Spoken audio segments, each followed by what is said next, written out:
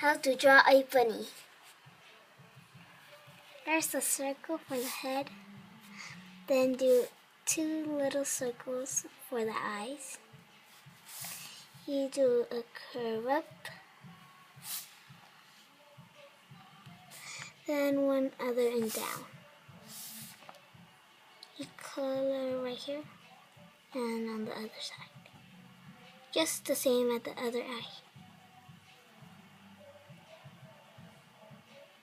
Then you do a little nose.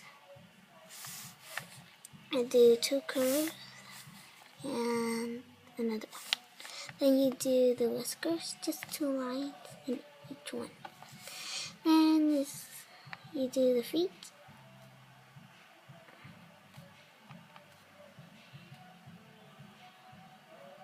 And here's the belly.